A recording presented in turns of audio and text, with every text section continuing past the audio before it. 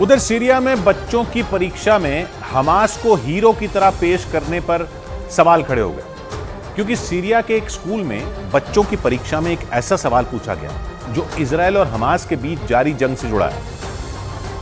और माना जा रहा है कि ऐसे सवालों के जरिए सीरिया में बच्चों को यह समझाने की कोशिश की जा रही है कि हमास बहुत शक्तिशाली है और गाजा में जारी जंग में हमास के लड़ाके इजराइल की सेना पर भारी पड़ रहे हैं, क्योंकि सीरिया के इदलिब के उस स्कूल में 5वीं कक्षा की गणित की परीक्षा के दौरान एक ऐसा सवाल पूछा गया जो सीधे तौर पर इजराइल और हमास के बीच जारी जंग से जुड़ा था। उस सवाल में पूछा गया कि गाजा में मुजाहिदीन ने दुश्मन के 32 टैंकों को नष्ट कर दिया और हर टैंक में 6 सैनिक मौजूद थे, तो कुल कितने दुश्मनों को मारा गया। माना जा रहा है कि हमास के समर्थक मुस्लिम देश बच्चों के सामने आतंकवादियों को हीरो की तरह पेश करना चाहते हैं, ताकि उन बच्चों को बड़े होकर मजहब के नाम पर हथियार उठाने के लिए तैयार किया जा सके। और यह सब सीरिया के इदलिब प्रांत के एक स्कूल में हुआ,